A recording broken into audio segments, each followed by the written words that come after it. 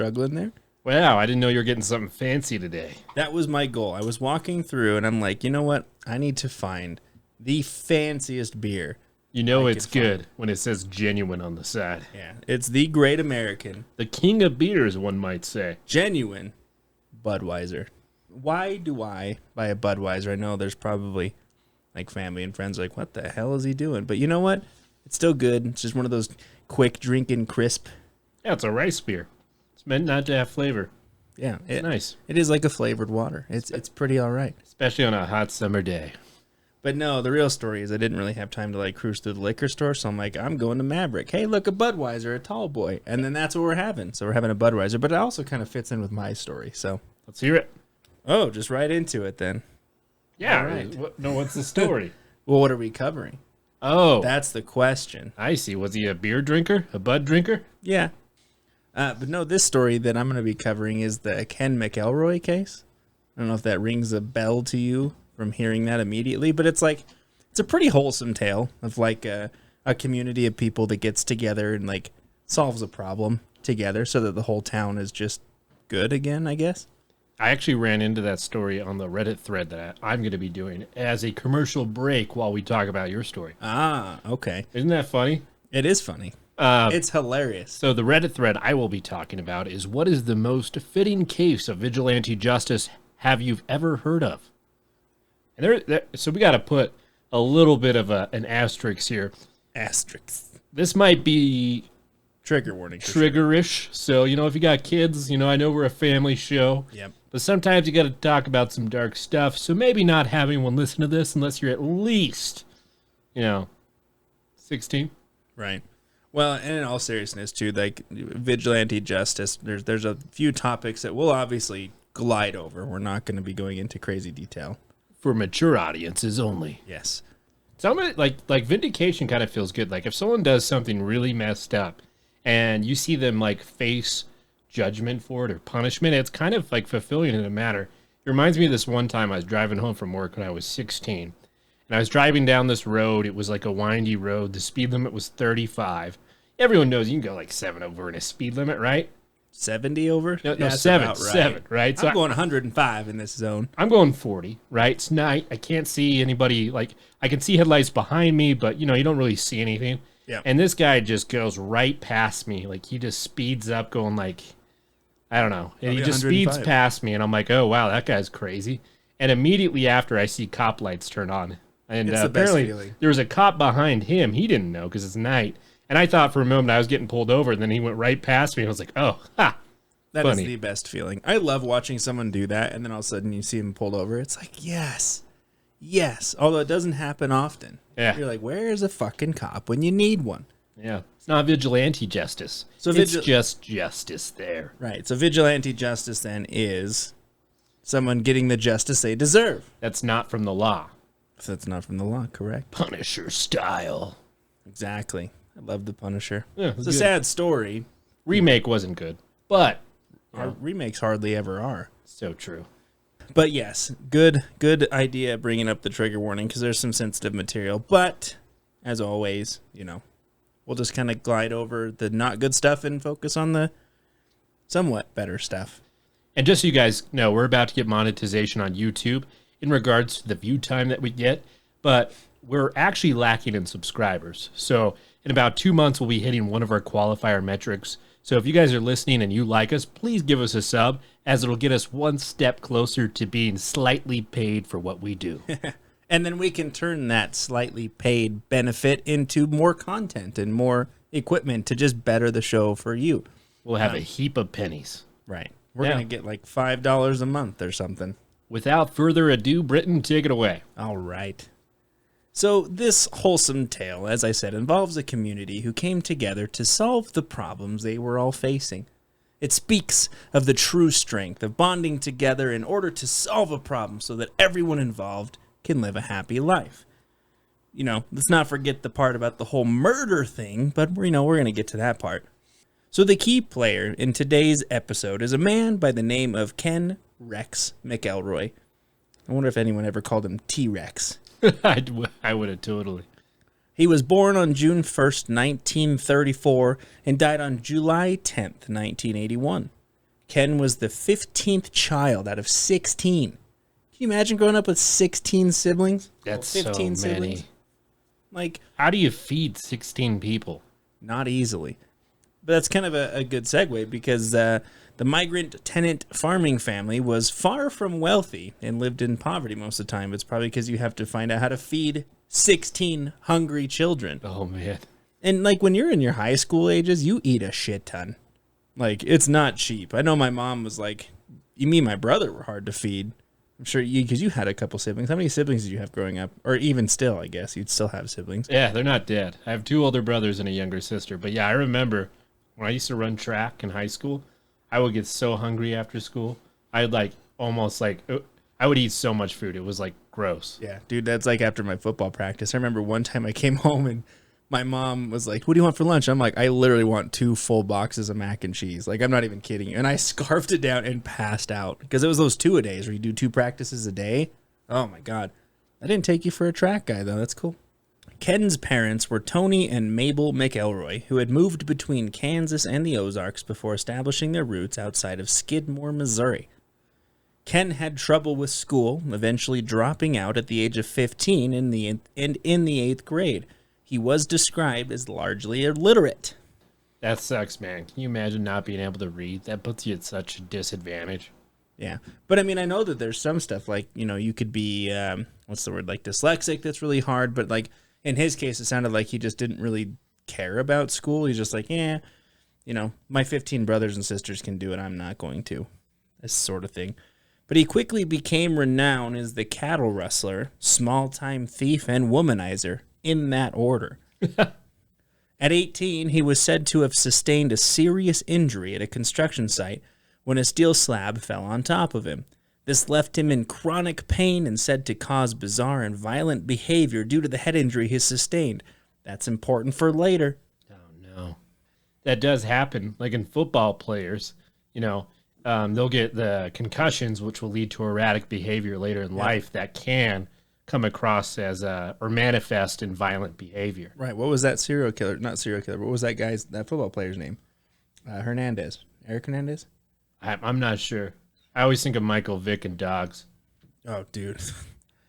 Don't even bring up Michael Vick. Piece of shit is trouble.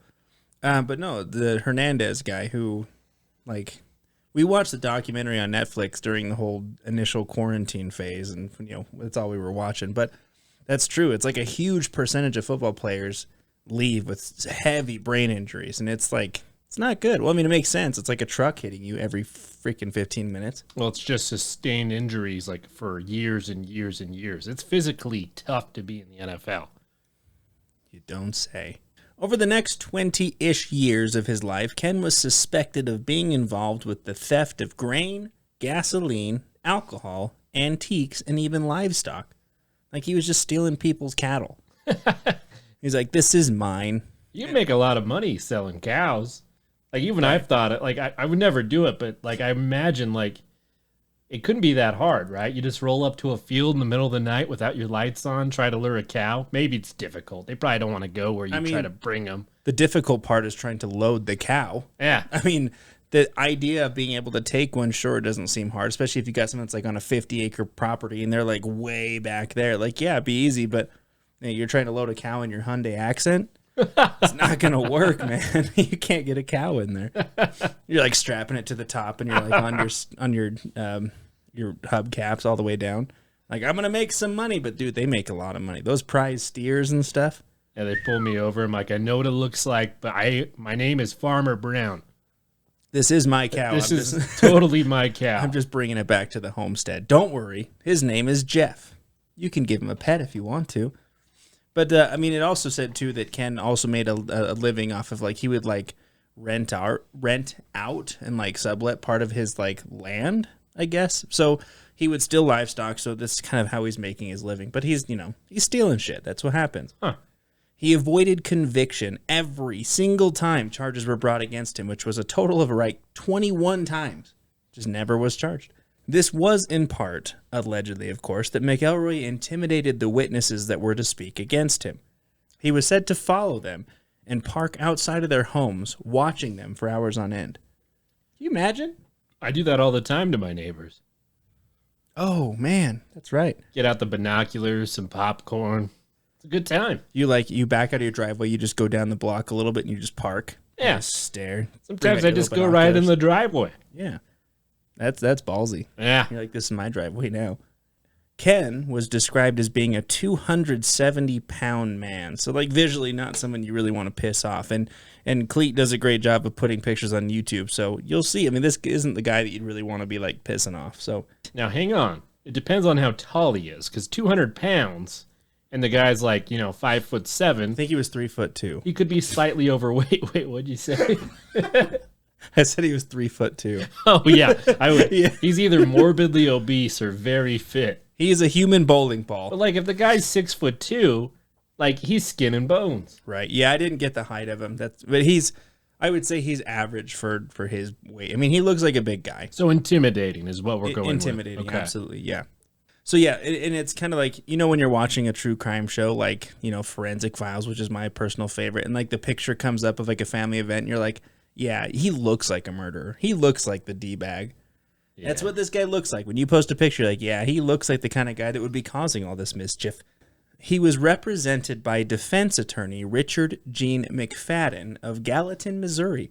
And it's funny because Ken would actually often tell people that he could do whatever he wanted because his fancy pants lawyer from out of town could get him to stay out of jail. I need one of those. He's like, yeah, you townsfolk can't touch me. I'm going to do whatever because my lawyer will just handle it. But I think it's a pretty good chance to segue into maybe a Reddit story. Oh, okay. And we'll come back to Mr. Ken McElroy. So, Vigilante Justice, the best you've ever seen from the internet. This user states, Phoenix Jones, a real-life costume vigilante in Seattle. Originally an amateur MMA fighter. Oh, man. He, and later his team of other costume vigilantes, that's how it starts. Just one hero, and then they make a league of heroes. You might say a cult of heroes. Well, they would patrol the streets of Seattle and stop crime, mainly assault and theft. Now, as every good superhero, they have origin stories, right? You don't just become Ant-Man or Pilgrim. Or SpongeBob. Yes. Dressed up as SpongeBob stopping crime. So here is a quote from a Wikipedia article. Ooh. Jones says he wanted to take policing matters into his own hands after a few incidents changed his mind about Seattle. The first was when Jones says that his car was broken into and his son was injured after returning to the vehicle and falling on broken glass. Jones was told that several people saw the break-in happen but did not intervene. Later, Jones says that he encountered a friend being seriously assaulted outside a bar. And after calling 911, he put on the mask from the earlier break-in and made a commotion until the police showed up. And he said, I thought, why didn't someone help him? There were 70 people outside that bar, and no one did anything. Coming to the big screens near you this summer. That's cool, man. The banality of evil will rise if good people do nothing. Yep. So thank you, Phoenix Jones, for your civil work. You are the true unsung hero. Yeah. This post is from the user Mission Exit. In Texas, a guy's truck broke down a few feet from his house, so he had his two sons get out and push the truck to the driveway while he steered the car. A drunk driver came and hit the truck. The crash was so hard that the elder son, who was pushing the back left side of the car, the side closer to the road, had his limbs scattered across the road. Oh my God. Dark episode. The other son, pushing the car, also died. At some point after the crash and before the cops arrived, someone came and shot the drunk driver with a gun. No gun was ever recovered from the scene, and when the father was asked whether he had a gun, he said he did, but he had lost it. All the cops could find in the guy's house was an empty holster and ammunition matching the caliber found in the drunk driver's body. Oh, man. When the crash happened, his neighbors came out to see what happened. One called the cops about the crash, and you could hear the gunshots in the background. Whatever happened between the crash and the arrival of the cops, his neighbors refused to speak. They posted articles about it, too. So, I mean, I'm not saying the dad did it, but the dad did it. What For would sure. you do in that scenario? I don't want to think about being in that scenario because I don't want to watch my two sons get splattered on the side of the freeway. It's hard to say, man. It's hard. It is hard, and You gotta, like, you gotta weigh it. I think naturally, like instinctually, like if I was in the car, right, and I'm like, hey, you boys get out and you push, and I'm driving, and then like kids die, like I'm not saying that I wouldn't be inclined to kill the guy who killed my sons, but instinctually. So let's say I was married and had kids. Right. Okay. And I knew that I had like a setup to where my wife would be fine Okay. if I went to jail forever and my kids were ran over by a drunk driver. I would be extremely tempted to be a vigilante. Yeah. Yeah. Not saying what I do, but justice might get him. That's kind of what I'm saying is like, I'm not going to say like, yeah, I'm going to shoot the guy instinctually. And like, it would be tempting. Like guy might be shot. And hey, I had a gun. I don't know where it is. I lost it somehow. It matches the bullets, but hey, I lost it. Yeah. I have no idea what you're talking about. Wasn't me. Damn. Well, that was pretty dark, but back to the Ken McElroy story. So to kind of recap, the guy's imitating. He's saying, I can get away with whatever the fuck I want. Right. And so far, he's getting away with it. Yeah, right? And it's just been petty stuff from here on out. Like obviously it escalates, otherwise we wouldn't be talking about it. But yeah, he's kind of walking around saying, "Look, I can do whatever I want because my lawyer's going to make sure that I don't see a prison cell." That's just what this is. So as I mentioned earlier, though, Ken did come from a large family himself, which I'm assuming played a part to him fathering 10 children of his own. The only difference, of course, was that they all belonged to different women. Hell yeah. So needless to say, he got around while he's doing all this petty cattle lifting. His last wife, Trina McLeod, met him when she was only 12 and in 8th grade. No. Yeah. So here's the thing. Earlier, right, when I said that he dropped out of the 8th grade, he was 15. She's in the 8th grade at the age of 12. So I would assume he's been held back. Obviously, we said that he was pretty illiterate. So yeah, he's been held back. So they met in the 8th grade, which is the grade that he dropped out of school in. And of course, this is where I'll input another trigger warning.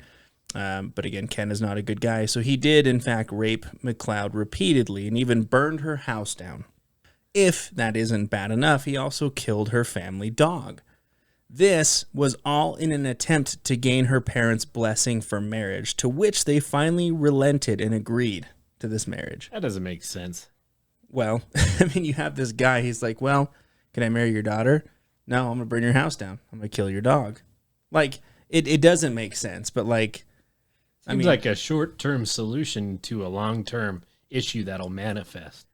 you burned down my house and shot my dog, like you're not getting my daughter's hand. You don't shoot a dog, man. Like, you're not supposed to use lethal force if someone kills your pet. I understand it. But damn, I love my cats. Yeah. I know you love your cats. Yeah. But no, I agree. You just don't, like, I know I've said it before in the show, but like every time we're watching a movie and there's a dog, and if I've seen it, my wife's like, does the dog die? Because I'm not going to watch it. And I'm like, no, the dog doesn't die. I think there was one time I said, no, it doesn't, because I knew she wouldn't watch it, but it did.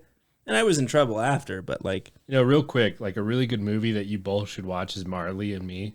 It's really good. At the end, it's very happy. Oh, yeah. You guys should sit down and watch it tonight. Hands down, that's the only movie I've ever cried in. Hands down. I'm not going to lie. That's the only movie. I don't cry in movies, and that one pissed me off. Thanks for bringing that up, Cleet. You're a monster. You're a monster. Okay, so parents finally agreed and relented and said, yeah, okay, you can marry my daughter. Okay, so she became pregnant, Trina became pregnant at the age of 14, which caused her to drop out of school in 9th grade, to which she moved in with McElroy and his second wife, Alice. So he's already married at this point. Oh, man. Starting a little commune. Yeah, well, he had multiple wives and 10 children across all of them, so. Should start a religion. She moved to Utah. Ken divorced Alice to marry Trina in order to avoid the charges of statutory rape, as she was the only witness. Roughly 16 days after Trina gave birth, she and Alice fled to Trina's mother's and stepfather's house to get away from that psychopath Ken. Court records do recall that Ken tracked them down and brought them both back.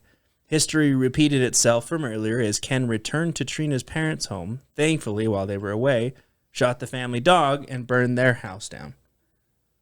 So he's killed 2 dogs and burned 2 houses to the ground. Not a fan of this gentleman already. No, I wouldn't even call him a gentleman. Yeah. I would use that term very loosely with this monster. This felon. Yes, this psycho. According to Trina, Ken McElroy was indicted in June of 1973 for arson, assault, and statutory rape, to which he was arrested, booked, arraigned, and eventually released on a $2,500 bail. $2,500 for all that. What year is it, though? This was in 73. Yeah, okay. I mean, it's like $4,000 to $5,000. They could be way off on that. That's not a lot. No, for rape. And you get a Burning you get a bondsman. I don't know if bondsmen were back then. Then he's out with like $450. Yeah, I have no fucking idea. Trina and the baby were both placed in foster care at a home in Maryville, Missouri. McElroy continued his harassing ways by sitting outside of the foster home, staring at it for hours. He even told the foster family that he would trade, quote-unquote, girl for girl as to get his child back. So what exactly does that mean? Well, he had knowledge that the foster family's biological daughter went to school and knew exactly which bus she rode on. What? So this brought additional charges down to McElroy, obviously, because he was saying, look, you have my daughter. I'm just going to take your daughter from the bus she rides home on. Then we'll just do a trade. What? Yeah, this guy is a fucking psycho, dude. Wait. You've never used a bondsman? You've never been to jail? Me? I'm just fucking with you. Oh, I was like, are we really? No, Cleet, I've never been to jail. I committed this crime. Yeah, I was like 8 years old and I stole some bubble gum. And I went to jail for 12 days. It was a hell of a crime. You're so funny. Anyway, additional charges are brought on. This guy's a freaking psychopath. It just keeps on going.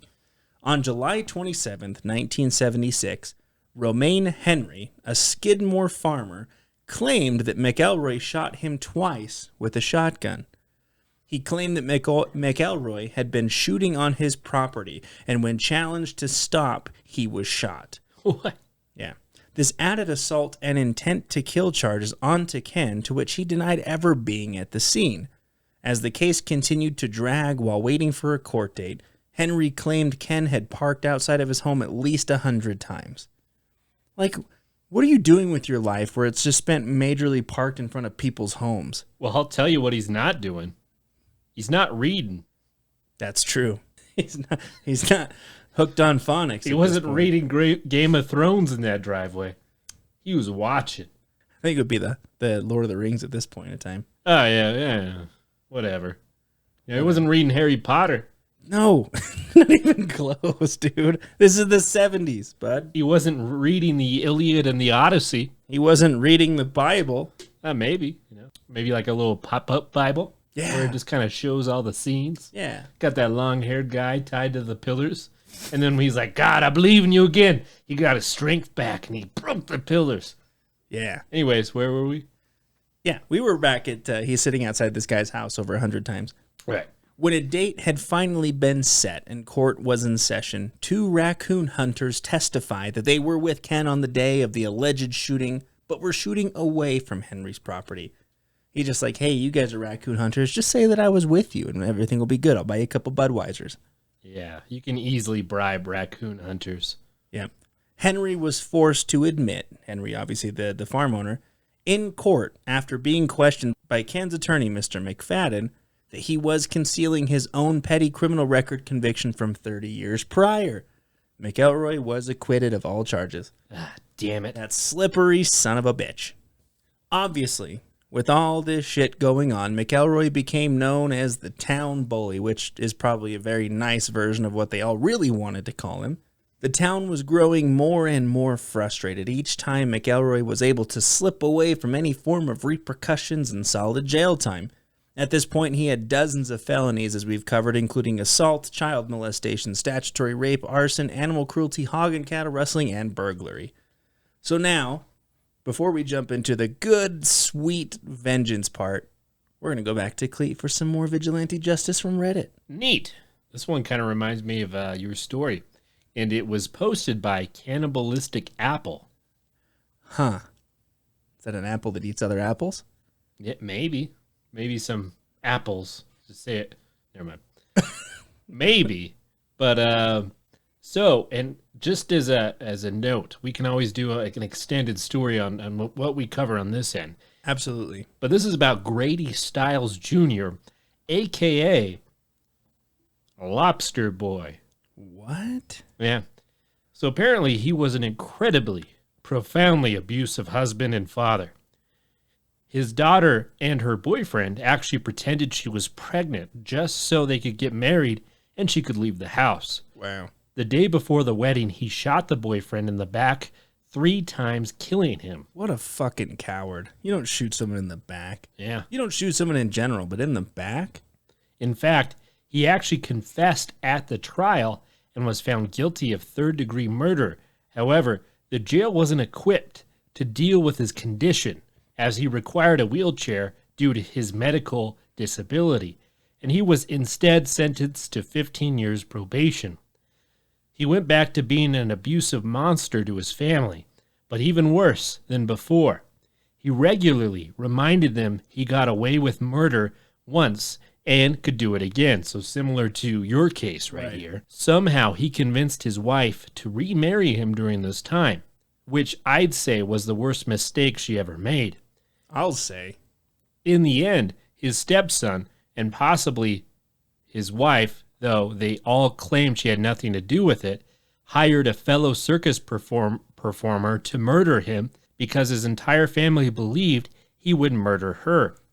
I am not exaggerating. In the interviews for the Investigative Discovery show, I saw about every case. Every family member made it clear that if he lived, he most likely would have killed her at some point. It wasn't a matter of if, but when. His death is one of the only murders outside of self-defense that I think is 100% justified because the justice system already failed once. What are your thoughts on that? If you think that like a murderer, so if you think like you know someone who murdered someone and they're planning on murdering someone that you know, that you love, would I kill them would you kill them proactively? Would I become Dexter to prevent another murder? Yeah, don't say that. We can't answer that. Anyways. That was the point I was going to. You actually trying to get me to admit on air that I would murder someone? The FBI has entered the podcast. Do. You are now being listened to. Choose your words carefully. He might have already been sentenced and found guilty, but they just put him on probation and house arrest. He literally got away with murder. If he had just gone to jail the first time, then his family wouldn't be so screwed up. I feel so bad for the stepson. He just wanted to protect his mom, and now he'll be in jail for life. I think that's one of the worst parts of the case. His wife, stepson, and the hired killer all got longer sentences than Stiles' probation. The man never spent a day in jail for cold-blooded murder, and yet his wife and his stepson are likely to rot in jail for the rest of their life for just trying to protect their family. So yeah, man, pretty sad case. This one is from Hope Comp. When I was a baby, our family was in a bad car accident. My dad got out to check the other driver, and he was apparently stank of whiskey. Dad dragged him out of the car and beat his head off the road. He admitted it to the police. When they turned up and the police apparently said to him, "So, the guy must have hit his head on the steering wheel pretty hard then." Dad didn't get in any trouble, and the other driver was either too drunk to know what happened or was so much trouble anyway, he never pressed any further charges. So the cop's like, yeah, he smashed his head on the windshield and the steering wheel, eh? Part of me like really loves that because it's like, you know, the cops know like they would get him in trouble if they put that in the report, so they're like, hang on here, because they know like the guy clearly did something wrong. Yeah, like you don't drink and drive. I mean, come on. It's like, well, your hands are all covered in blood, and you know your fingers match the description. You've got a little bit of his hair between your knuckles from where you grabbed him, but he hit his head on the steering wheel. Those damn steering wheels. It's less paperwork, I think, that way. Less people going to jail that are good people. Yeah. I mean, look, it's just like the same question before. Like, I'm not ever going to condone murder, but like, again, if I was the guy, someone hit me and was clearly, evidently drunk off his ass, like, I would beat the piss out of him. Well, that's self-defense until you start hitting him and he's no longer a threat. Yeah. And then he's dead. When he's dead, you know, that's still and then you're in trouble. Yeah. Unless he hit his head on the steering wheel, then you're fine. That makes sense. But, all right. Well, let's get back to Ken McElroy and wrap up this case. So in the year 1980, Ken's 8-year-old daughter, Tanya, attempted to steal some candy from a local grocery store and broke into an argument with the clerk, Evelyn Sumi. Now, there's a couple different stories I found. There's a couple tellings that said that, like, she didn't mean to steal it and walked out, and the clerk was like, hey, you need to pay for that. And then some are like, no, she actively tried to steal. So I don't know if she was like had malicious intent and tried to steal, or if she was just like, oh, this is cool and ran. She's 8 years old. I mean, she probably knows the difference, but yeah. The store was owned by 70-year-old Ernest Bowenkamp, or he went by Bo as his nickname, and his wife, Lois. With the knowledge of what happened and wanting to protect his family's stellar name, Ken McElroy began his usual shenanigans of stalking the Bowenkamp family, parking outside their home and shop, staring them down. I mean, like, all that happened was, like, his daughter's like, hey, they got mad at me for stealing or attempted to steal, and he's like, oh, I better stalk them. Yeah, that makes sense. Like any good dad would do, right? Yeah, just trying to protect the daughter by harassing an innocent, family. 70-year-old store owner who just wants to be paid for his hard work. Yeah. Yeah. This escalated rather quickly, and Ken threatened Bo in the back of his store with a shotgun. As things continued to escalate, and in the fray, Bo was shot in the neck. Remarkably, he survived the shot, and Ken was arrested and charged with attempted murder. Can you imagine getting shot in the neck with a freaking shotgun and living? Yeah. He must have missed. He must have grazed the neck. It was like a graze. It probably took a chunk out, but like still. You're not living from that. That was like point blank on. It's like the shotgun was touching his neck. He lived. His head came off, and he was alive.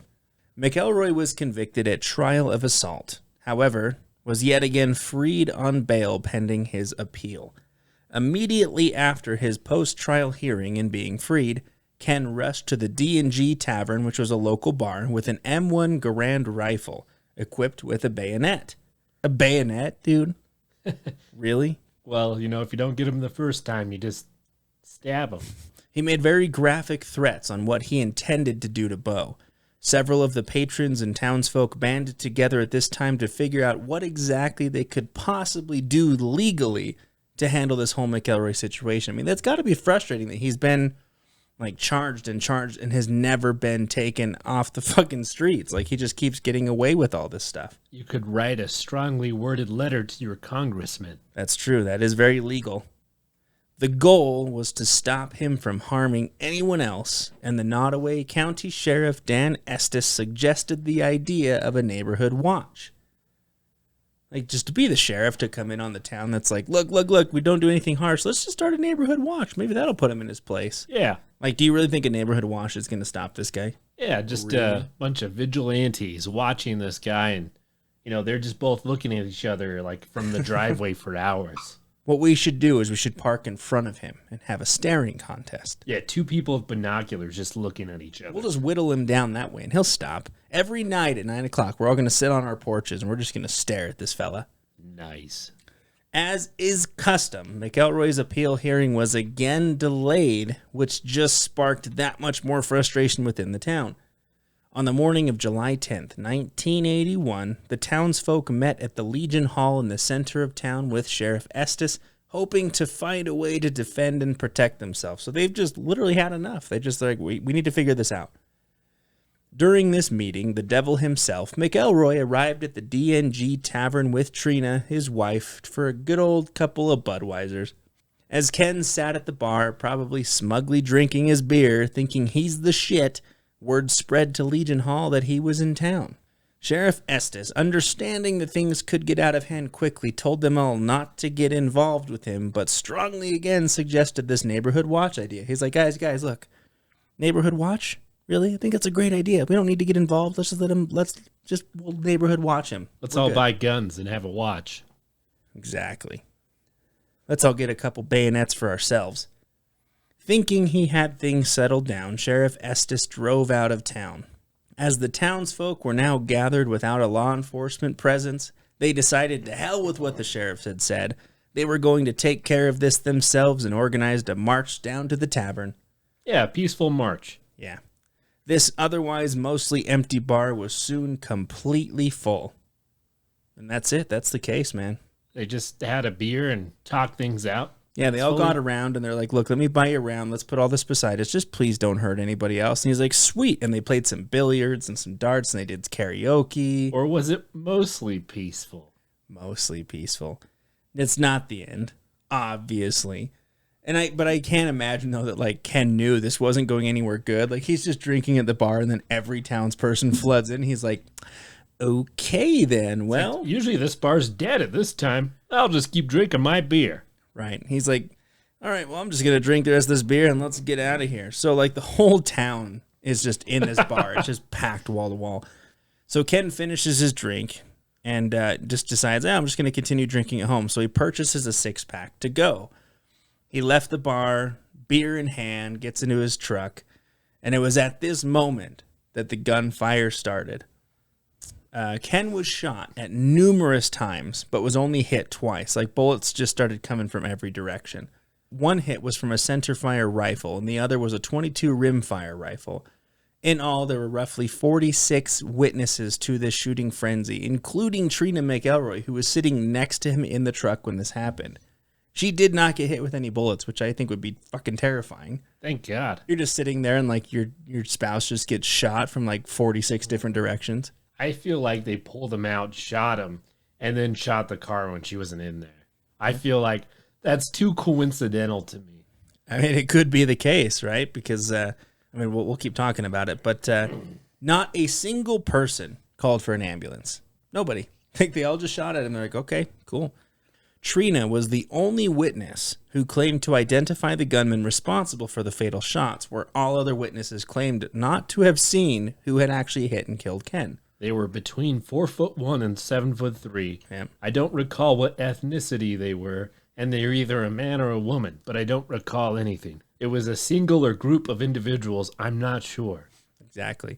Ultimately, the DA declined to press charges. There was an extensive federal investigation which also led to no charges.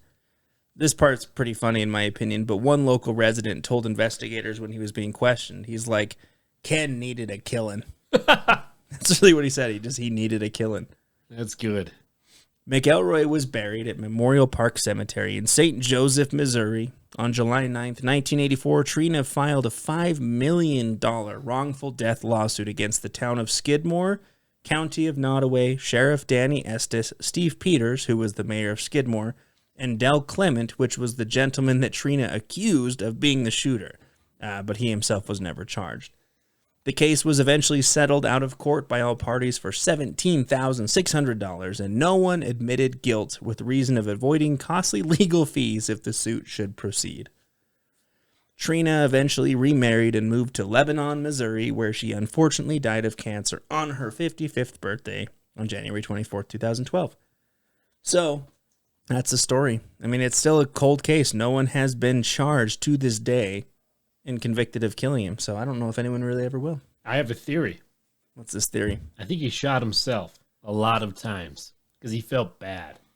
Well, so he shot at himself 54 times or so, but hit himself twice. Just to make it look a little less. Yeah, okay. Yeah, because he didn't want to know, like, he didn't want people to think that he did it himself because he thought that'd make him look obviously not great. You know? Right.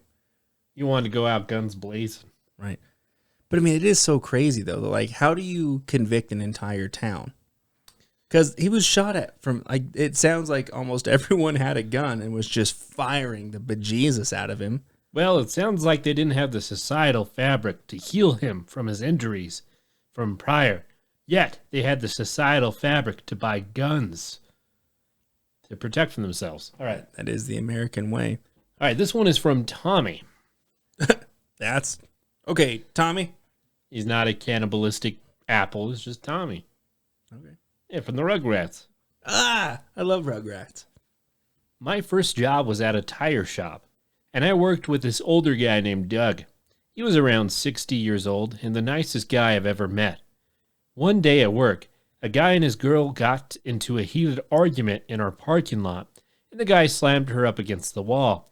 Doug and I saw it, and Doug just looks at me with a tire iron in his hands and goes, "1 sec."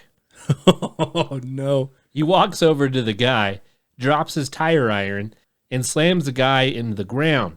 He whispered something to him that I couldn't hear from where I was, but the guy got up and opened the passenger's door for her, and they drove away. Doug walked back over and just started working on the car like nothing ever happened. I'll never forget it. I want to know what he whispered.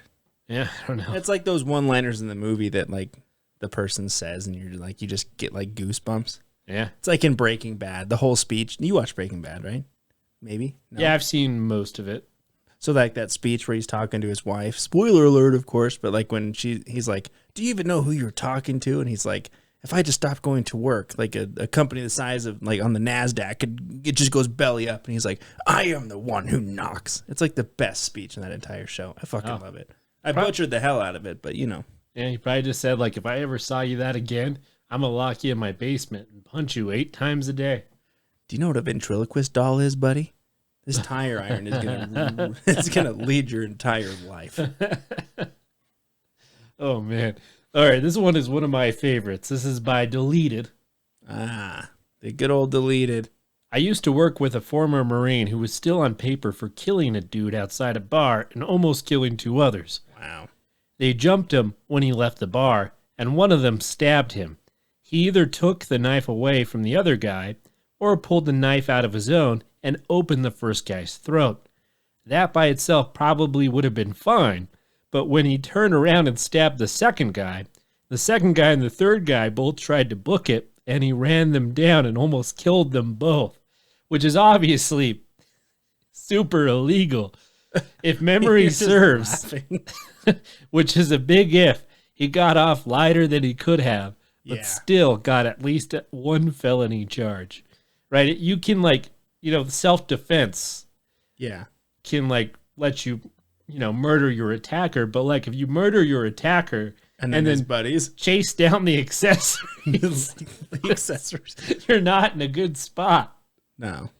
I mean, at that point in time, I assume your adrenaline, your rage is just taking over. Like you're just like, all right, might as well.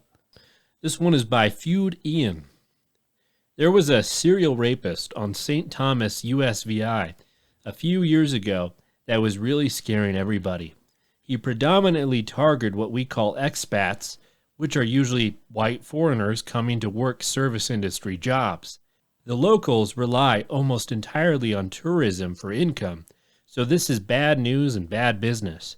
There were posters everywhere for weeks. The docks, ferries, airports, all had his face plastered all over the place, so he couldn't skip the islands. After a while, I noticed there weren't any posters anymore of him anywhere in the island. I asked a table of locals, and they simply told me that the tide washes away the trash. Wow. So they're just like recounting the night they just had with this guy, and they're like, oh, the tide simply takes away the problems. Yeah. So apparently, this gentleman bragged about the rapes in a bar while drunk, and a couple of guys offered him a cigarette to get him to step outside. They disappeared his ass and threw him in the ocean. So kind of very similar to your story, where they're like, they waited for him to leave the bar, and he's just being very boisterous about his shittiness. He Epsteined himself. And look, I mean, it kind of goes to the same question you've been asking. Like, obviously, like if it's my kids, but like, if you're a serial rapist, you don't deserve this life. No, hang on, wrong one. Christ, dude, you scared the shit out Sorry, of me.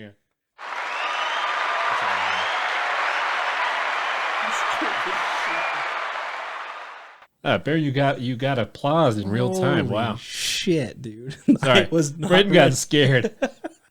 I jumped like a foot out of my seat. That was so loud. Yeah, my bad. I guarantee every listener probably just shit their pants too. Subscribe for a free pair of underwear from our show. A used pair of underwear. Moderately used. Gently. They've been gently used. That's disgusting. I liked the Ken McElroy story because I think I watched the 60 Minutes version of it a while ago, and I was like, that's really crazy. This is before we were doing the show. And I saw it on Facebook. I was like, oh, I'm covering that this week. Reminds me of BuzzFeed Unsolved. They did an episode about him. Yeah, I like that. BuzzFeed Unsolved. But before we log off, obviously, we kind of talked about it before. it'd be really great, as we're continuing to grow, we're kind of knocking on the door of monetization. So if you do like us on YouTube, subscribe, like us, share us out there, talk about us, whatever you can do. It just kind of gives to us so we can give back to you. And on that case too, obviously we ask for any suggestions that you all have, if it's a topic or a suggestion, and we've done a tarot reading. If you have a question you want us to ask the tarot or even the ghost box, send any of that our way at entertheabysspod@gmail.com. And as always, thank you for entering the abyss. Until next time.